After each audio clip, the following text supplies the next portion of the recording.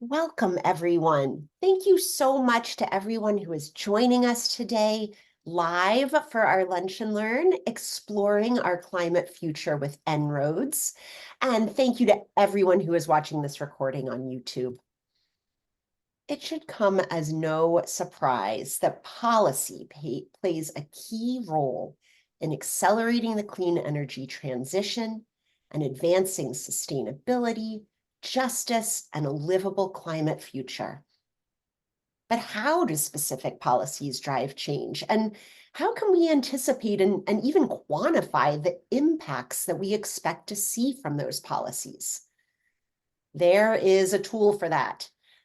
The En-ROADS Climate Policy Simulator was developed at MIT's Sloan School, and it is a powerful tool to help us understand our current climate trajectory and explore how different policy initiatives, including some that are already in statute, have improved our long-term outlook. We are so lucky to have Peter Dugas with us today. He is the Maine State Coordinator for Citizens Climate Lobby. CCL is a nonpartisan grassroots organization that is focused on effective and equitable climate solutions. Peter is also an En-ROADS climate ambassador and a longtime advocate for finding climate change solutions. Peter, thank you so much for being with us today. Happy My to be name here. is Kathleen Neal. I am the Senior Director of Policy and Partnerships here at Maine Conservation Voters and Maine Conservation Alliance. Our organizations represent more than 13,000 members and supporters dedicated to building a just, thriving future for all by acting on the climate crisis, protecting the environment, and safeguarding our democracy. MCA does that by bringing people and organizations together to educate, inspire, and advocate, and MCV by advocating for equitable policies, holding elected officials accountable, and winning elections. Since 2020, this weekly online Lunch and Learn series has helped us advance all of those goals, creating a shared space to explore our environmental and social history, our policy priorities, climate action movement, and more. We are so grateful to all of you who are part of this weekly series with us. It is always a joy to see you, especially on a kind of grim day out there. A few notes before we dive in. We'll hear from Peter first, and this is a little different than usual. We'll have an interactive portion of the program today where we can actually try out different policies and on the simulator. So things will go a little bit differently today. What is the same is you can always send your questions to me or to Maggie Summers through the chat. We'll do the sort of how does this policy work part during or how does this tool work part during the presentation. And then at the end, we will also have time for Q&A about the use of this tool and where we're going with it. Feel free you don't have to separate those out. You can send questions to us at any point. Maggie and I will make sense of them. Maggie is also your key point person. If you have any technical difficulties, just let her know. This event is being recorded, and we will share the video with you later this afternoon in a follow-up email. It'll also get posted on our website, where you can find recordings of all of our previous programs. There are a bunch of different playlists, so you can focus in on climate action or anything else that you're especially interested in. Thank you all for joining us. And Peter, the floor is yours.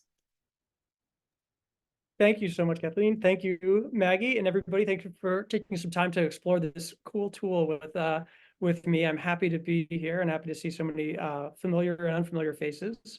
I'm going to jump right in because there's a lot to cover, and I know that oftentimes I want to leave plenty of room for Q&A if that's possible. So I'll just start with a brief synopsis. I know most everybody who's been a veteran of these Lunch and Learns knows some of the climate science, but as Kathleen said, I'm the Maine State Coordinator for Citizens Climate Lobby. and also a En-ROADS Climate Ambassador, which is kind of the meat and potatoes of what this presentation will be. We'll be playing around with that tool, and we'll try to make it as interactive as possible.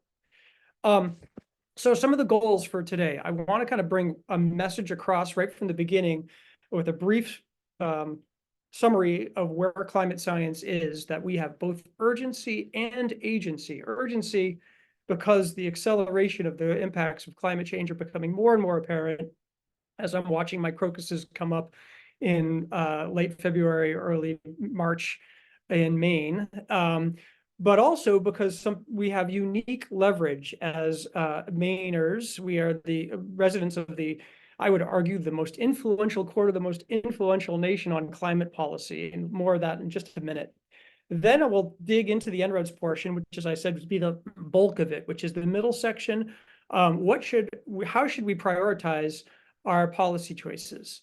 And then finally, we'll leave off with some further investigation into those policy choices, and especially a list of tangible, impactful actions that you can take personally, in your community, in your state, and as a citizen of the nation and of the world, in fact. So very briefly, we've likely seen charts like this, or this chart, in fact. This is a snapshot of tremendous amount of years, 800,000 years of carbon dioxide levels in the atmosphere, long before human history. And you can see the rise and fall when we've had ice ages in the past and heating epochs. But you can see where carbon emissions are now, over 420 parts per million, which is above anything we've ever seen in human history. And we know that this correlates. This is now just truncated in half. What we saw in the past slide is now just 400,000 years. There's those carbon emissions. And we know it's not a 1-to-1 ratio, but it does relatively follow the impacts on global temperatures. When carbon emissions go up, temperatures go up. When carbon emissions go down, temperatures go down. And you can see where we are now in this unprecedented level, what's happening with global temperatures. And of course, sea ice follows along right after that. So this year, this is a picture of every year from 1940 till now of temperatures, global temperature averages. And the bluer the line is, the older the data. And as that line gets wider, you can see it starts climbing, firing up. And then this red line is last year, which shows how alarmed we should be about this. Is really ramping up at a pace, an unprecedented pace, where we're really deviating from the mean by quite a bit.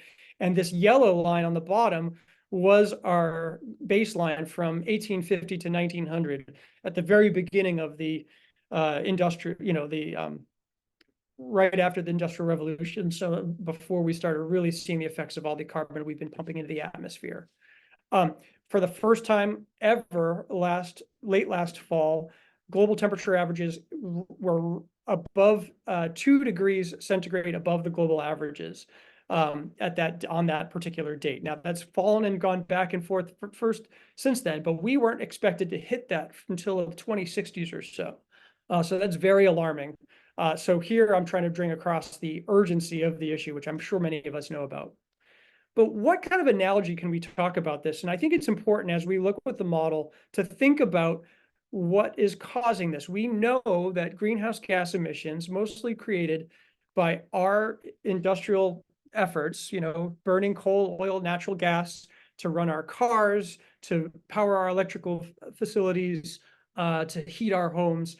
Those are all emitting greenhouse gas emissions at different levels. So kind of this bathtub analogy is something to keep in the back of your head.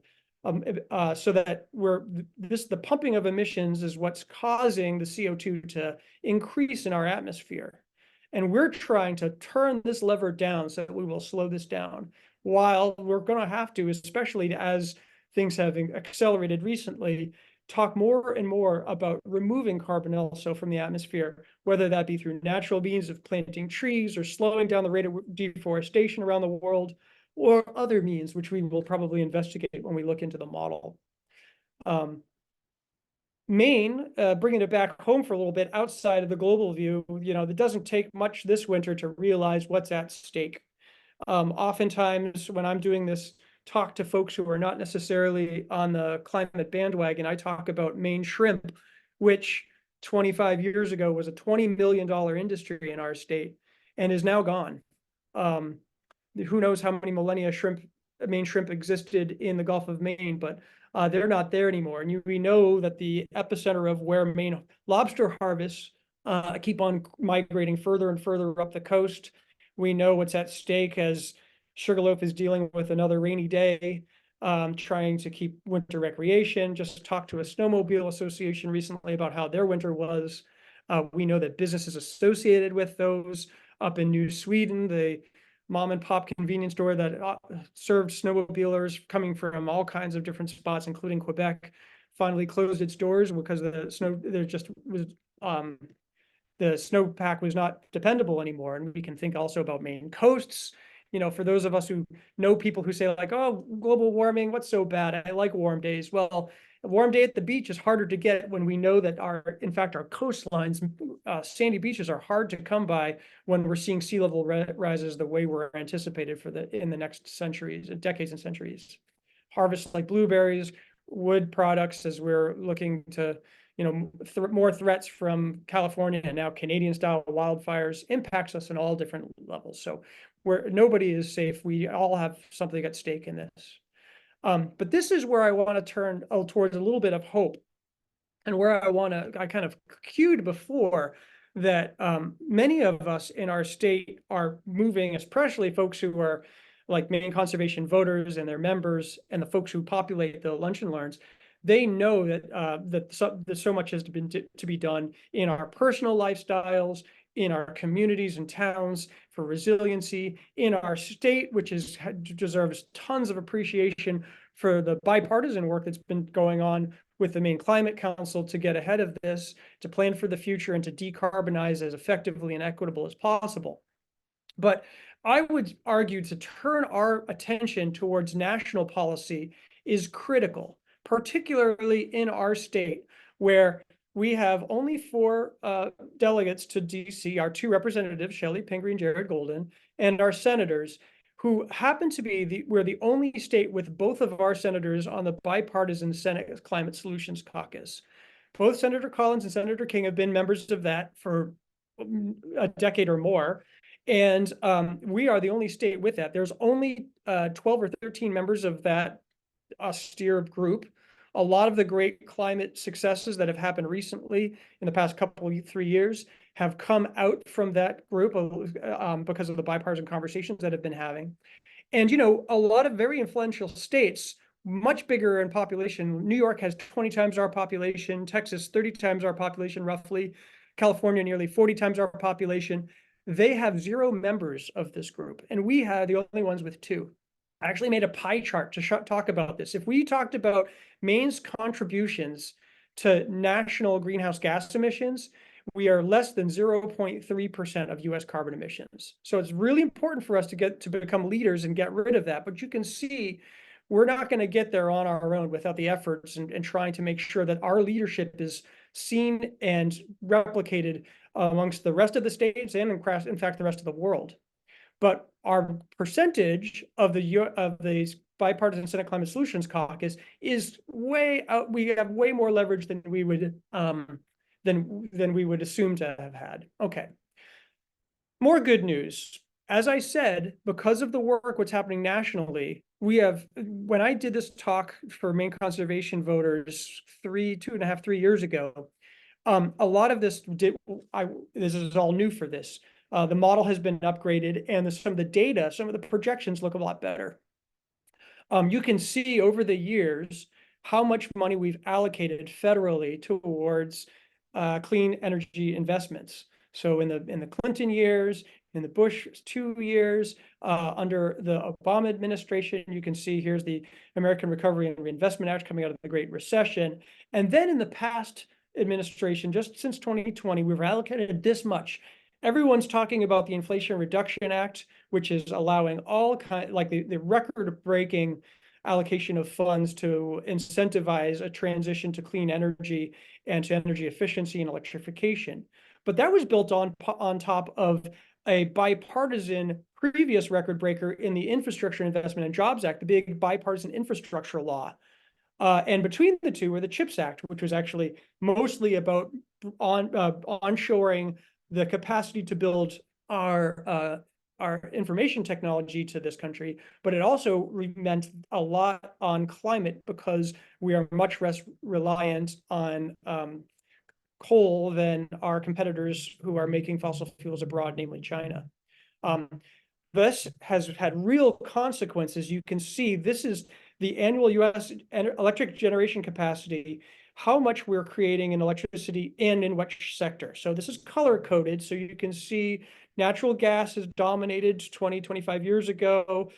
Coal had a little bit of a rebound right after the Great Recession, but you can see that wind really started picking up. And then recently, solar, and this is projected to only increase, in fact, get much, much better. And you can see how much new solar, wind, and battery storage products are projected in the future, while natural gas and coal is diminishing, which is all fantastic news. And all of that has had real consequences on our pledges nationally to trying to get to the US's pledges during the Paris Protocol negotiations. So you can see, it may surprise you that domestically, we have been inching lower and lower in fits and starts in this country on our greenhouse gas emissions, which is good news. But we were far from our target, which we had said we would get to in 2015 by 2030, 50% reductions, which is this mark here.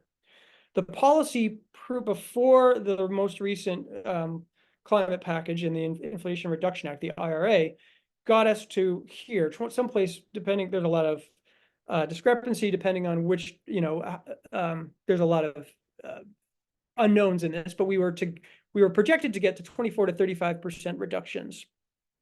With the Inflation Reduction Inflation Reduction Act, we got to a much closer, we got inched ourselves further down. It is possible that we could get there, but you can see we need more to really seal the deal to avoid, to get our country to do its part as the largest economy to decarbonize.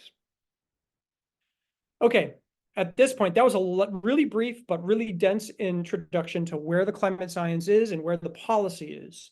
Now we're going to go and take a look at Climate Interactive's tool, En-ROADS, which is put out by Climate Interactive, the nonprofit climate education wing of MIT's Sloan School and Sustainability Initiative. This is a tool that has been around for nearly 5 years now and has continually being updated with the latest thinking. It's an interactive tool with over 1,600 different equations and algorithms that bring in the most recent knowledge on climate science, but also on the economics of global trade, on energy systems, and all that stuff goes into this one tool, which is interactive and we'll play with to kind of see what different policies look like on a global level. Before we dig into this, just a couple of, to one of my big climate heroes, Senator Sheldon Whitehouse of Rhode Island, said that the En-ROADS model was engaging, but the En-ROADS climate simulator has been one of the best ways for me as a policymaker to learn about how solutions to tackle climate change can reinforce or interfere with one another. And I particularly like that quote because it's the interdisciplinary nature of it. It's the fact that everything's going in and looking at the model, not in terms of like one solution at a time, but being able to see how they overlap and the complicated relationships between them as we roll out these hopefully a myriad of different policy solutions at the same time. Representative John Curtis, who's a Republican from Utah, who is the founding member of the House Conservative Climate Caucus, which it should be noted, this is another reason to be very appreciative and to take some optimism, is that there are, I believe, last time I counted, 81 Republican members of that House group, which is nearly twice as many as the Freedom Caucus. So Republicans and Democrats at the same time are using this tool to kind of look at policy and that's available. And he said this: what I like about En-ROADS is how it can support a really thoughtful conversation. I can see the ways that policy actions could be worth the pain. So forgive me as I clumsily move over to check out the model, but here is En-ROADS as it appears. And I'm going to make this full screen if I can. Speak up if you can't hear this, but I'm going to assume everybody can. There are a number of different means of using En-ROADS. If you really get excited about this model, you can go ahead and click on your Climate Interactive, look them up, and take the 8-week training, which is really fulfilling and a really fantastic way of digging a deep dive into the climate science and how the model is created and upgraded. But this is kind of a Reader's Digest version because that's all we really have time for. But I encourage you to check out different policy solutions and to play with the model yourselves in your own time because it's free and able to be used. When I say that we're going to just do a Reader's Digest version of this, you can see that like all of the different graphs of what we could be looking at. We could be looking at GDP per capita, the cost of electricity. I've defaulted here to temperature change because that's kind of the big thing we're mostly working at. And I have that on the right and sources of energy on the left, so where we're concerned about which sources are driving that climate change. We may look also at net greenhouse gas emissions and try to drive that down. Sea level rise, we can actually look at, link up with Google Maps and see in the long-term projection how much land we're going to lose to sea level rising and what policies will save how much of that land. And I also particularly like this one, which is a little bit wonky, but it's net greenhouse gas emission by gas type. So we will dig into that a little bit, but just a little quick tutorial. And forgive me, and then I'll give my voice a break, and I'll actually ask you to put into the chat policies you want to see on this platform, on this model, in this aggregate model. The way it works is this. It is a economics-based model, aggregate model, where we are not just, we can look at the sources of our energy here. So this is the supply of energy, which is also the supply in some cases of greenhouse gas emissions.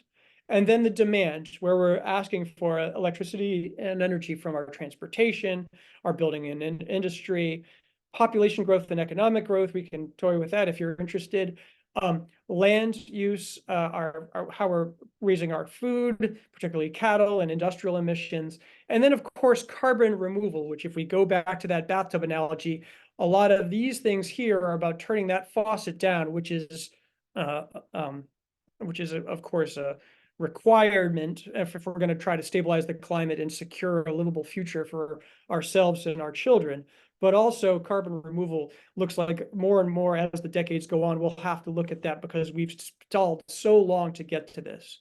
But what we're looking at when we slide these things left or right is a qualitative look at not waving a magic wand and making coal go away or go up or renewables go that way or this way.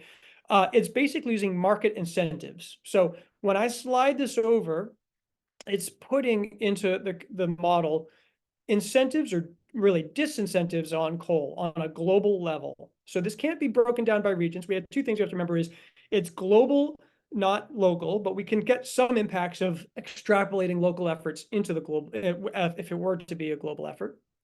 And it's also economics based. So whatever we're doing to slide this down or this up, we can do, and where the little black dot lives on this spectrum tells us either how much we can, there's a lot more terrain we can to disincentivize coal globally. And I guess there's a little bit we could do to incentivize coal, God forbid, if we were going to do that. Or renewables. We're doing a bit, but we could do a lot more. And if you want to associate and get really into the numbers of this, you can actually toggle onto any of those three dots there. You can get a more nuanced approach to the policy or read up about where they're actually, which the data on what they're allocating to this, why they set the spectrum where they do of limits of the most and the max and minimum of its incentives, and also the peer-reviewed research that they're relying on. So again, where our energy is coming from, and that's governing these lines of red is oil, blue is natural gas, coal is black, renewables, which is the category of wind, solar, hydro, bioenergy, Nuclear, as it stands now, is kind of hugging the bottom, and then we've got a catch-all category in case we've discovered some kind of new source of energy that has no carbon emissions. So that's, think of nuclear fusion would be in that category, or something from a sci-fi novel, vibranium, the flux capacitor. And then where we're using everything, transportation and building and industry. So what I would like now, Maggie, is if people have started writing stuff, we can try, you can unmute and, or you can chime in and tell me what people are interested to see. And if they're bashful, I can tell them, the top three requests, as I've made many of these presentations before. Yes, folks can use the chat to put in your ideas or examples you'd like to be seen, or you can also message them to me and Kathleen and we can put them. But you should be able to send it to everyone in the meeting. There we go. Great. Bonnie just did it. Thank you. I should say that. Yeah, go ahead. I'm sorry, Maggie. One thing I just say that I forgot to mention was that what we're looking at here in temperature change, this is globally, so this is global average of temperature change above pre-industrial level. Excuse me. And this dash lines, of course, if you're familiar with what we pledged in Paris in 2015, was for the nations to stay below this 1.5 degree centigrade level increase above pre-industrial levels. It looks like we're on track to blow by that by the end of this decade, which is bad news. So there is thinking that perhaps we'll be still okay if we can stay below 2 degrees, which is this dash line. But this back here is real trouble. And I will say this, even though the trajectory is still terrible and means a lot of really bad news, this is much better news, or it's much less worse news than it was 4 years ago when this model was first made available. This number here was 4.1 degrees centigrade above pre-industrial levels. So it's already shaved off 0.8 of a degree centigrade, which is huge in global temperature scale. Mostly because of how much cheaper renewable energy has gotten, so much faster than even the biggest booster anticipated a mere 5-10 years ago. Okay, that should give people plenty of time to write something in. What do we got in the chat, Maggie? We have a lot of stuff going on in the chat. I don't know where we want to start. We have a lot about what the maximum possible impact for the maximum use of carbon removal, so afforestation plus technological removal of carbon. And what is awesome. Okay, so let me do that first, and then we'll backfill from there. So afforestation and deforestation, normally I try to tell people that it gets confusing when you start piling policies on top of each other. It's easier to see the impacts when you do one at a time because there's overlap. So, but I'm going to break the rule right out of the bat and talk about afforestation. If I slide this over, what we think about planting trees around the world in spots where they can accommodate them, and deforestation, and see what this would mean for this. And I might do this normally. If this was an in-person thing, I'd say, tell your neighbor what you think this number is going to go down as I slide this over. But for now, we'll just have people either, I guess you could put it in the chat if you want to be bold and guess, or you can kind of keep it in the back of your mind or write it down on a piece of paper for yourself. And if I'm going to grab this afforestation, you can see this isn't going to be very exciting on the left because it doesn't really mean too much about where our energy is coming from. In fact, it means nothing. Perhaps a little bump in bioenergy because we have more trees to burn. But you can see that it shifted this. This is maximizing the amount of planting of trees globally. And we've shifted this temperature gauge down a little bit. If we add on to that, slowing down the rate of the world's deforestation, which is actually a better policy because it takes about a decade or more for us to get those trees to maturity. If I slide this down on top of it, now I've doubled up. I've got stopped deforestation as much as I can around the world and planted as many trees as I can. We've shaved off 0.2 of a degree, which is great news, but you can see we still have a lot more to do. I might actually just show you this. If I go back to business as usual and do that again, this is where our global greenhouse gas emissions are coming from. So the blue is methane. That's are number two, like most potent, but number two in degrees because of how much quantity we put in the atmosphere. And charcoal gray is CO2 coming from our industrial sources. Land use CO2 is a third, and that's actually just from cutting forests and letting them rot. And that's actually releasing carbon in the atmosphere. If I do what I just did again and take a look, ooh, I like seeing that positive number of actually adding on to the problem, now getting shifted down to very small. And if I then slow down deforest, I've actually gone from a net emitter to a net sequester of nearly 4 gigatons of CO2, which is wonderful news. However, you can see that we still have, that's competing against the continued use of fossil fuels, which is going to put 11 times as much CO2 in the atmosphere as we're sequestering every year. So we'll need more than one policy to do this, but and somebody else had said something about technological. Is that right, Maggie? Yes, they were wondering about let me see the question. So sorry. So the maximum use of carbon removal, afforestation and technological. Yeah. Let's pile it all on and see. Okay, so now I'm breaking my rule about actually showing this all together, but if I do technological carbon removal, which there's a lot of research and a lot of promising research out there for sure. If I do this all together, I can get still, I've now just sequestered even more. That gray is sequestering from bioenergy captured carbon storage, which is, examples of that is like blue-green algae that will sequester carbon in the ocean and drop to the ocean floor, or mineralization, which is like basalt and limestone to react with the atmospheric carbon and sequester it there. But you can see that it's still being overwhelmed by that same amount of carbon that we're pumping into the atmosphere. Thank you. And we're getting a lot of questions too about the carbon tax. So if we had a carbon tax, yes, what would that look like? Carbon tax, could I put that off to are there Absolutely. other, because I'm going to kind of close with that a little bit because I have some explanations about different levels. Absolutely. That's a point of promise that I kind of want to end with, if that's okay. What if we eliminated coal? Great. Okay, so if we eliminate coal, or at least heavily tax coal globally, let's create a huge international pact to eliminate coal or to tax it so much to disincentivize it. We could drive it way down, boom. And you can see how we've now highly taxed coal, and it's dropped this down. You can see that that's wedged in this direction. Coal is the most worrisome because that is the dirtiest and most plentiful fossil fuel in the world. We're not hearing much about it in this country because the natural gas boom is pushing coal out of the market.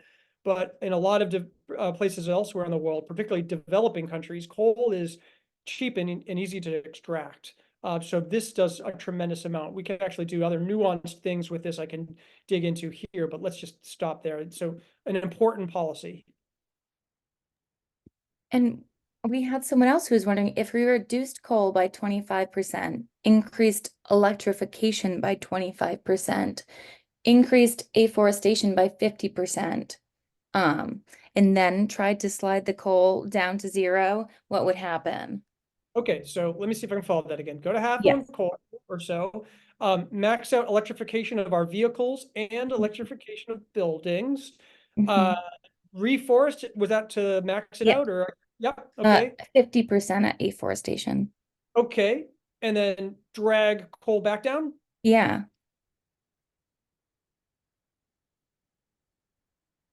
So do you remember, so we've done, you can see if I go back and forth with no policy at all, and this, I can actually toggle, this is a snazzy thing to see what it, back and forth, business as usual with all the policies mentioned. I love seeing renewables go up and coal go down. Look what happens to the natural gas line, that also goes up. Does that make sense? So this is a sobering model, but I promise that there is really good news on this. And if I forget the good news, please remind me because we have a lot we can do. But what else do you have, Maggie? I want to kind of grab as many as we can. Yeah, absolutely. I do have a technical question that's just asking over what time frame are these sliders affecting? Is it like a 20-year, 50-year? Yeah, no, it's projected out. So anything we're putting into the model now is assumed to commence within a year and go on until the end of the century. So that's why we're seeing this to 2100. And we would love to see what, if we increased wind power, how Yeah. the model would look. Cool. I can do that. So if I wanted to just do wind, I would go to here and break it down, but I actually feel like let's just, if we can, kind of composite it with solar and hydro, if that's okay. So if if I slide this over again, think to yourselves what this might mean in terms of where this green line is going to go and where our big number, our temperature, which we're trying to get to 2 or 1.5. If I grab this, keep that number in mind, and I slide this all the way over, I love seeing renewable energy going up, and it did shave off some. The problem is, let's go back and forth and just watch the wiggling lines over there. We see coal and oil and natural gas go down and oil a bit as renewable goes up. But this is one of the things that's a big lesson from the economics. When we've made it artificially cheaper through tax incentives or whatever it might be for folks to go towards renewables, highly subsidizing them, a lot of which was just passed, most of the energy and inflation, Inflation Reduction Act were carrots, incentives to switch to renewable energy, which we should be really thankful for. And that made renewables cheaper, which caused it's going to be a boom. And this is just would be a magnifying that.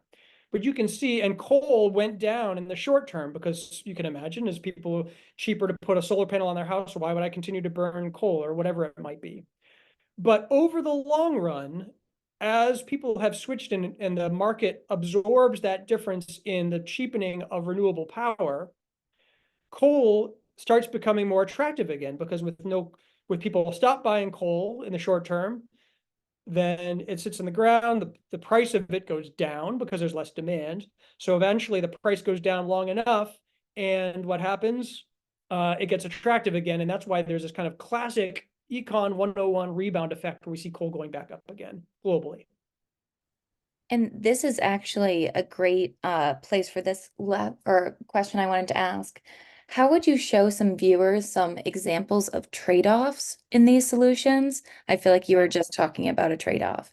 Yeah, that's a great trade-off right there, for instance. The other one would be like nuclear. A lot of times, depending on the audience, folks want to see what happens when we incentivize nuclear. If I go in this direction and move in this direction, like slide nuclear, you can see that light blue went up, and it did have some impacts on carbon emissions. This is existing nuclear technology, the old fission, Maine Yankee or Seabrook nuclear power plants are what Sweden and France are getting 80–90% of their electricity from.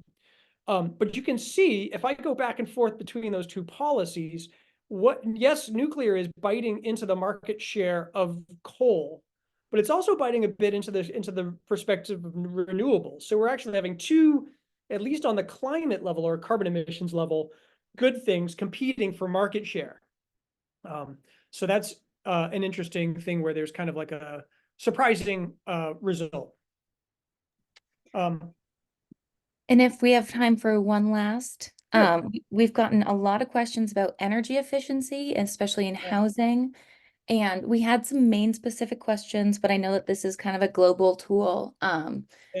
We were wondering if we could test the difference between insulating and maybe having heat pumps to 100% of the housing.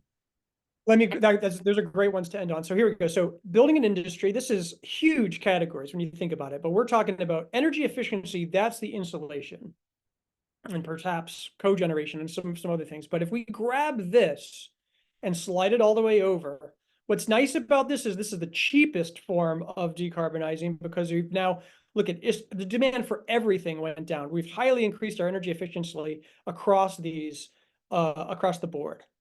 So that got us from 3.3 to 2.9. You can see the wedge of we've crested now, and we've gone down from there.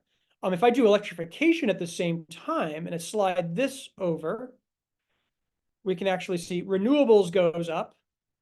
And so this is This is your heat pump, this is your insulation. Now for Maine, it's like, this is different depending on where you are. But if we do two of these at the same time, it actually does quite a bit. We can actually, do the same thing in a way on transportation. I'm kind of surprised for a crowd. Maine Climate Council is working really hard on electrifying our transportation grid, particularly trying to move us. That's the biggest emissions for coming from Maine is from our tailpipe. So if I incentivize electrical vehicles, this is great news for Maine, but globally, and I love seeing the green line go up, but globally, it doesn't do as much as you might expect, because for a lot of places, more electricity demand just means more demand for electricity, which means more demand for coal and the sources of electricity that they're pumping from. Just moving the source of the pollution from your tailpipe to the electrical plant. But that's not true in places. Well, it's less true in places where we have a pretty good grid, like, and Maine's considered, ISO New England would be there, but even better would be places like other regions of the world. But let me end on this, Maggie, if that's okay, on the carbon price, which is kind of not just a single policy, but a meta policy. This is, I think, the two things that this model shows is, one, there is no silver bullet. There might have been 30 years ago, but in the past 30 years, humanity has emitted more carbon dioxide into the atmosphere than in all of human history till 30 years ago. So we're more than doubly in trouble than we were when we were talking about this in the mid-90s, when we were considering a cap and trade, which is a carbon price. So that policy will do, the other big lesson from that I take from this is the market insights on this, which we need to understand that we can't get there just with the incentives, with just making carbon virtue attractive. We have to also put a downward pressure on the emissions. Incentivizing against it. As we speak, the United States is the only developed nation without some sort of carbon price. And what I'm putting into the model right now is our favorite form, which had in the previous Congress 97 co-sponsors in the US House. At one time, it was bipartisan and bicameral, both the House and Senate, and both Democrats and Republicans. Our representative Shelley Pingree is a original co-sponsor, and it puts a price on carbon emissions extracted only. The only people paying it directly are the folks who pull it out of the ground. So this is the coal companies, the oil companies, the natural gas companies, proportional to how dirty it is. So coal gets hurt the worst, natural gas less, and coal less. So, and that starts off at a $15 per ton of CO2. It goes up every year for starting this year. Let's dream. And it goes up every year for the remainder of the century, which is 76 years, by $10 a year. That's conservative. It could go up higher, but let's just be conservative to see what it is. So 76 times 10 is 760, plus the initial 15 is 775. And I can see, boom, this predictable and persistent increase in carbon price will get us to really squash the carbon emissions coming from our electrical sector. Now, does it get us all the way to where it needs to be, the 2 degrees or 1.5? No. But the UN has been very clear in all of its statements in the past 20 years saying that carbon pricing is a quote unquote necessary condition for us to stabilize the climate. And the nice thing is you can see that it not only really jacks up renewables, but it puts a big wet blanket over coal and natural gas, and after that oil, because the carbon content of that. So it's really a meta policy that does two things with one slider: incentivize good virtue and disincentivizes the bad stuff. So when we move from there, if we were then to add on, let's see, the methane price, which is that number 2, which is actually quietly in the Inflation Reduction Act. We actually have now a methane price in this country to match other countries. We can move that down to 2 degrees. And if we actually start doing some of that carbon removal, like slowing down the rate at which we're cutting the world's forests, planting some trees and some technological carbon removal, we can get to that magic 1.5 number. That's a lot of work. It's more than just sliding sliders around, but you can see how the carbon price is so nice. And if we've already gotten to 1.5, if we can just be energy efficient, then it means like, okay, fewer windmills, fewer solar panels necessary if we can bring down that overall demand. Does that make sense? That's a lot of information there, and I just want people to kind of digest that. And if we're okay with it, I can then move on to some of the really, really exciting and optimistic news coming from the global market about carbon pricing and coming from Congress. But I'll wait for your lead on that.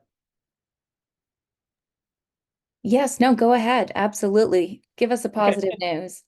Okay, positive news. Let's try to move from that. All right, so moving on to positive news. There are a number of ways we could price carbon, but let's just talk about what the pricing part, the actual applying the price, where it has worked. And pretty much the answer is everywhere it's been tried.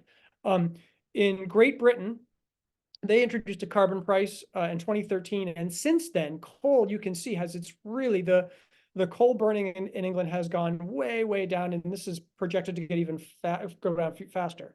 So 61% drop in 6 years. That's a quick response, the kind of quick response we need from that in order to meet our Paris goals. If there was a 20-year study of all the different countries, actually over 199, is that right? Sorry, 142 different countries, 99 without a carbon price, which are these green dots, and then the 43 countries with carbon pricing with the black dots. In the 43 countries that had some form of carbon price, whether it was small or big, carbon emissions fell in all 43, while in the 80% without a carbon price, including the US, carbon emissions, 80% of those continued to rise. Now the question is, what do we do with that revenue? If we just had a price on carbon at its industrial source, it'd be carbon taxing, which would be regressive, which would hurt low-income folks who are most vulnerable to increases in energy costs.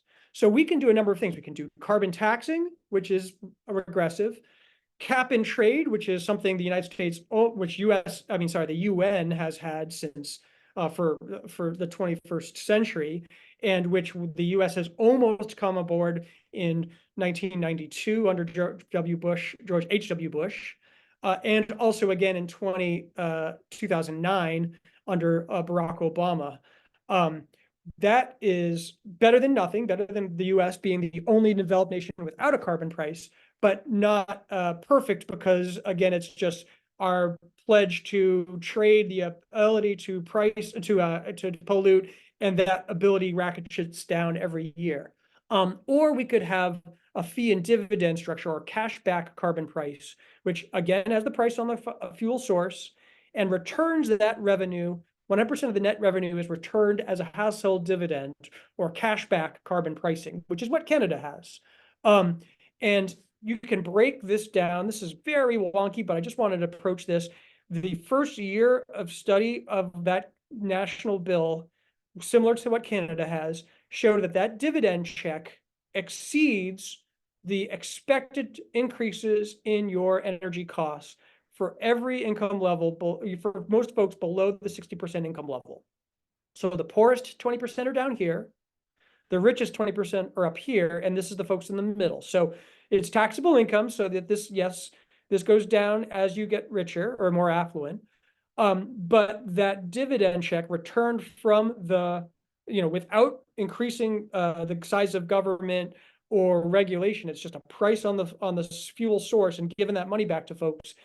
That pot of money is mostly paid for by the folks with the most discretionary income, which is the richest. So they are paying more into it, and that means more for us to share down here, which means more money. It's kind of more money to protect the low income folks. In fact, a source of revenue for them passively. Whoops. That has been modeled in our state, and in township by township, you can see a higher proportion of households benefit from this policy in the poorer interior parts of the state than in the more affluent coastal communities. And it's still above 50% above across the state. Canada has had this. Now, Prime Minister Trudeau has adopted it as a default policy for all of Canada. They recently changed the name of their carbon dividend to make it more transparent and more marketable. They've also made it from it being the dividends being buried in your taxes to actually having a check come in the mail. if we were to all take a drive to visit our neighbors in New Brunswick, we could ask any one of them is receiving $736 back per household per year in carbon dividends, regardless of their carbon consumption, which means the more they can conserve, the better off they'll be. But you can see when this was experimented with in British Columbia for 7 years against the rest of Canada, British Columbia's petroleum consumption went way down compared to the Canadian average, while their economy outpaced. That dividend check really spurs local economy and helps them transform their economy to a greener economy. This is just more economists have signed on to a statement saying that this policy is effective and equitable. This is wide gamut from very, very conservative University of Chicago economists to, to Marxist economists and other heterodox schools. All agree, disagreeing on most other policies, but saying that this is, they agree with the statement from the UN saying that this is a necessary condition to stabilize the climate. It's impervious to judicial review because the Constitution states very clearly how this legislature can raise revenue and distribute revenue, so they can't really. It's not as vulnerable to a conservative leaning court like regulations would be, and it has bipartisan support. When explained to Democrats, it's got 80% support amongst Democrats. When explained to Republicans under 40 years old, it's almost got the same amount. It's got 75%, which is very, very high, showing though a lot of reason why Republicans should jump on board. Let me just see here. And as I said, the US is the only developed nation without some sort of a carbon price. You can see the UN, which is now, especially they have a tiered system, but Northern Europe is pushing well above $150 per ton of CO2. China has a very small carbon price of $5 per ton of CO2, but at least they have something. And they are now learning, especially after the invasion of Ukraine, the lessons of turning a blind eye towards having where their cheap fossil fuel imports are coming from. They are now wanting to increase the pace at which they're decarbonizing, which means increasing their carbon price domestically, which they might worry would imperil their native industries from flying to other countries where it's free to pollute, like Belarus and Russia and Saudi Arabia, and of course, the lonely developed nation without a carbon price, the US. But that has started countries to think about rolling out carbon border adjustment mechanisms. I promise that this is as wonky as it'll get, and if you forget this, I'm sorry. This is just encouraging to know that the US is being forced from our trading partners to consider this. And in fact, Angus King has co-authored a bill to start quantifying the life cycle carbon content of manufacturing in other countries, so we can start joining the international club of carbon priced nations. So the EU is going to roll out a carbon price on goods coming from non-carbon or carbon priced too low. The UK, Japan, and likely Canada after that. And the US enjoys actually a carbon advantage over a lot of our trading partners. Not the EU, just by a smidge, but certainly over China, where we are 3 times more carbon efficient across a wide variety of goods and services, nearly 4 times more carbon efficient, and over 4 times more carbon efficient than Russia, which is an incentive for our business community to jump on board because it means more market value to manufacturing. Already, we're accelerating a transition to manufacturing because of the leadership in the Inflation Reduction Act. But also, if we were to price carbon internationally, this would really bring back manufacturing where it is cheaper to build products. And also cleaner, which would also be cheaper.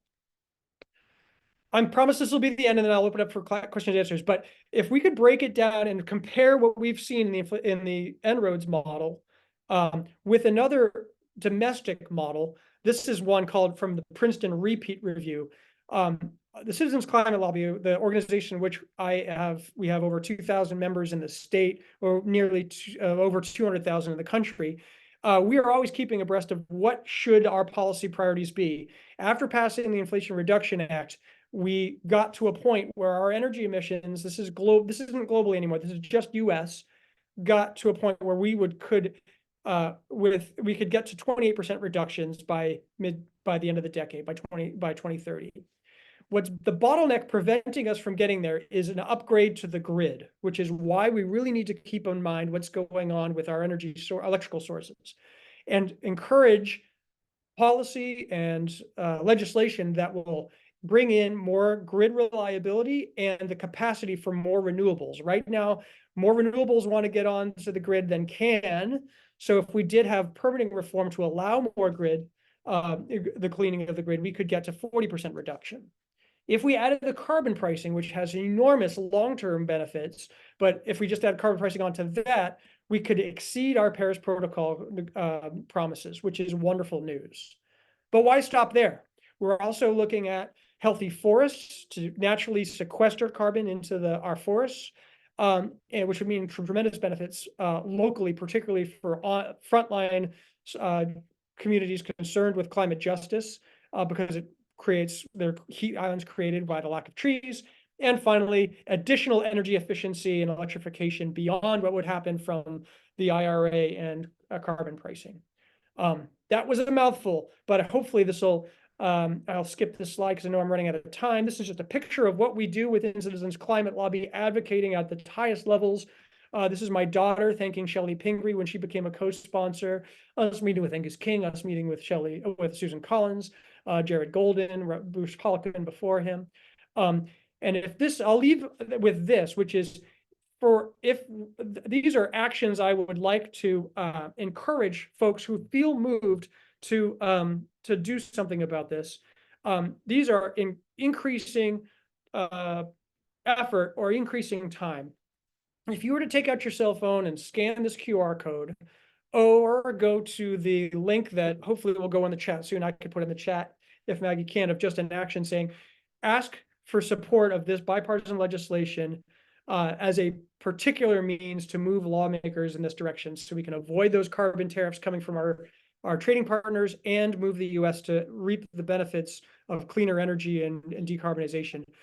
It takes 20 seconds to send a message to King, Collins, Pingree, and Golden, depending on which district you're in, or whatever lawmaker. This QR code will ask you for your zip code, and you can send that right away. We know they're hearing plenty from fossil fuel lobbyists. They need to hear from us constituents as well. And Peter, I have all of these in the follow-up email with all of the links.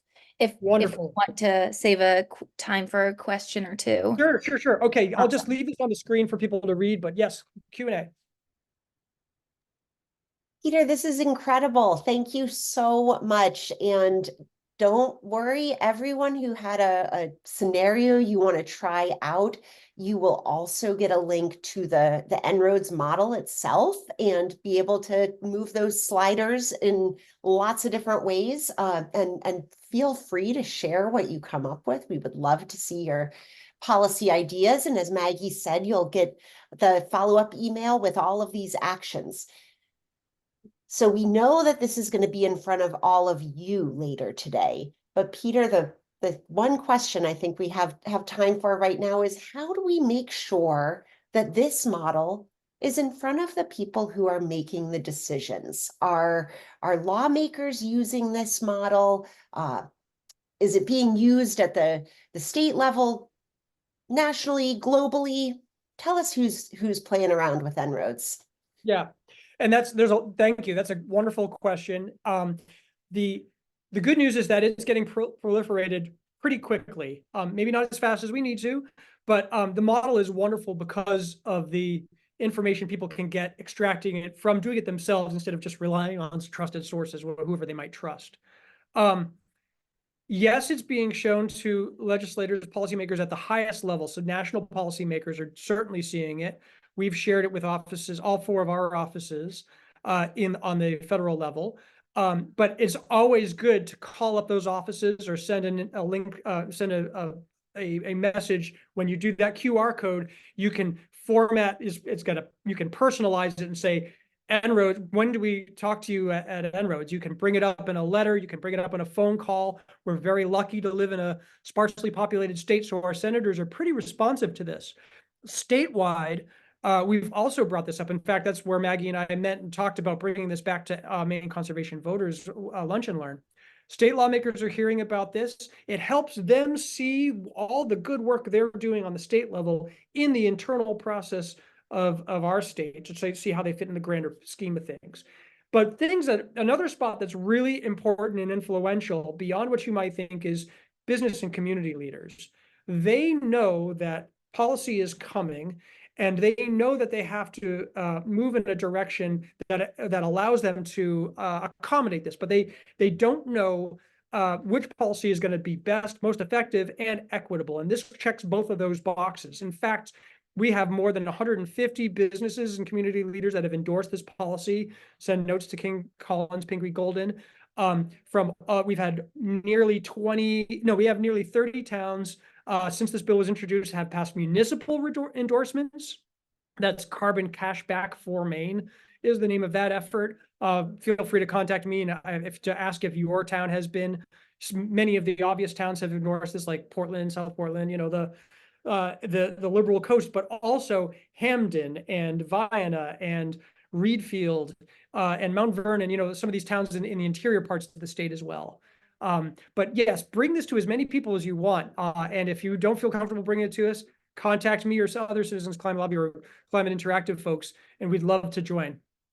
Thank you so much, Peter. And thanks to everybody who joined us today.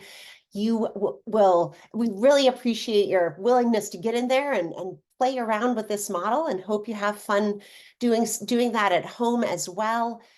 Let us know what you figure out. Let us know what questions and reactions you hear from lawmakers.